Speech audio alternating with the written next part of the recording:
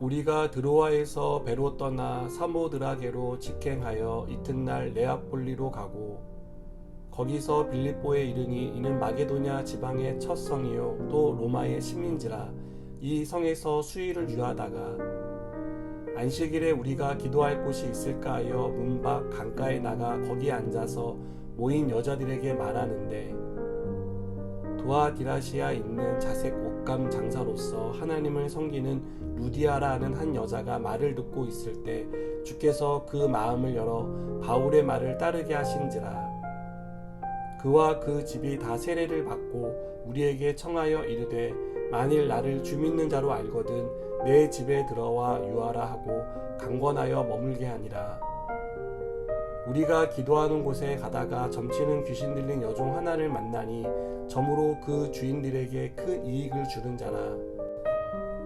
그가 바울과 우리를 따라와 소리질러 이르되, 이 사람들은 지극히 높은 하나님의 종으로서 구원의 길을 너희에게 전하는 자라 하며 이같이 여러 날을 하는지라. 바울이 심히 괴로워하여 돌이켜 그 귀신에게 이르되, 예수 그리스도의 이름으로 내가 내게 명하노니 그에게서 나오라 하니 귀신이 즉시 나오니라.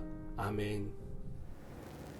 하나님이 인도하시는 곳에는 예비한 사람들이 있는 것을 봅니다. 몇 년 전 훈련을 받으며 전도여행을 다닌 적이 있습니다. 처음 가보는 낯선 장소와 익숙하지 않은 방법의 전도여행은 큰 부담으로 다가왔습니다. 그것은 저와 함께하는 10여 명의 팀원들을 책임져야 했기 때문에 부담이 더 컸습니다. 그런데요, 그 낯선 전도 여행길은 제가 생각했던 것보다 힘이 들거나 어렵지 않았습니다. 하루하루 정말 신기하다고 말할 정도로 놀라운 일을 경험하는 은혜로운 시간이었기 때문입니다. 우리는 낯선 길을 떠날 때 모험이라고 생각합니다. 그래서 기대로 두근거리기도 하지만 한편으로는 걱정과 불안이 생기기도 합니다. 그러나 그 길은 누구와 함께 가느냐에 따라 두근거림과 은혜가 넘치기도 한다는 것을 바울을 통해 배우게 됩니다. 바울은 드로아에서 마게도냐 환상을 본 후에 곧바로 마게도냐로 향했습니다. 바울은 마게도냐에 아는 사람이 있어서 만나러 가는 것은 아니었습니다.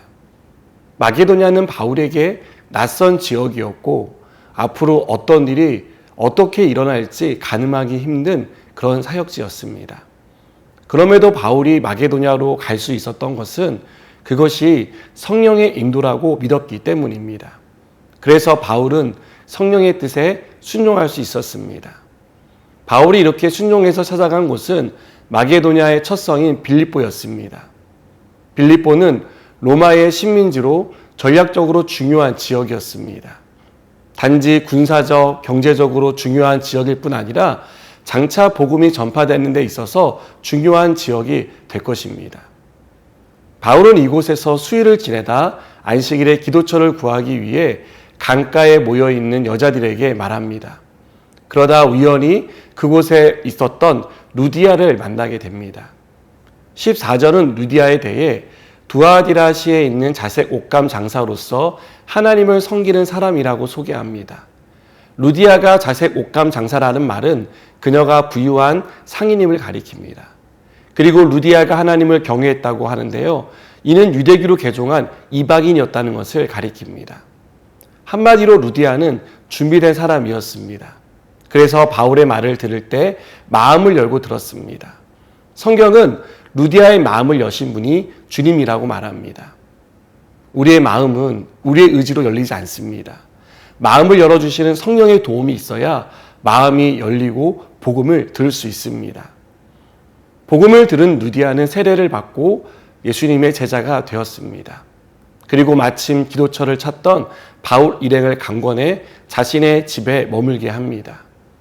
아무 연구도 없이 찾아간 빌립보 성이었지만 하나님은 이미 그곳에 루디아를 예비해 두셨던 것입니다. 그래서 바울이 걱정하지 않도록 모든 것을 준비해 주셨습니다. 여러분, 성령이 바울을 마게도냐로 보낼 때 바울은 당황했을 것입니다. 마게도냐로 가는 일은 모험이었기 때문입니다. 그러나 성령은 바울만 보내지 않고 바울과 함께 하셨습니다. 낯선 곳으로 향하는 바울과 함께 하시며 그의 사역에 루디아라는 열매를 주셨습니다. 우리가 믿음의 길을 걷는다고 할 때 그 길은 우리에게 익숙한 길이 아닙니다. 우리가 여러 번 다녀봤던 길이어서 편안한 길이 아니라는 뜻입니다. 대부분 처음 가보는 낯선 길이고 두려움과 걱정이 앞서는 길입니다. 그러나 우리가 이렇게 낯선 길을 갈 때 우리만 가는 것은 아니라는 것을 꼭 기억하시기 바랍니다. 혹시 모험 같은 길을 걷다가 잘못되는 것은 아닌가 하고 걱정하지 않았으면 좋겠습니다. 우리가 믿음의 길을 갈 때 그 길에 주님이 함께 하십니다. 주님이 우리의 걸음을 인도하십니다. 그래서 낯설고 무서운 길이 아니라 주님과 함께하는 은혜로운 동행이 됩니다. 또 곳곳에 하나님이 예비하신 사랑과 상황을 만드셔서 우리가 계속 걸어갈 수 있도록 힘을 주십니다. 오늘도 처음 가보는 낯선 길이라고 주저하기보다 믿음으로 걸어가는 저와 여러분이 되길 바랍니다. 그래서 그 길 가운데 함께 하시는 주님의 은혜로 충만한 하루가 되시기를 축복합니다. 기도하시겠습니다. 하나님, 우리가 어디를 가든 무슨 일을 하든 늘 우리와 함께 하시고 하나님이 준비하신 것이 있다는 이 사실을 잊지 않게 하여 주시옵소서. 그래서 오늘도 보내시는 그곳에 순종으로 나가게 하시고 하나님의 역사를 보게 하여 주시옵소서. 예수님의 이름으로 기도드립니다. 아멘.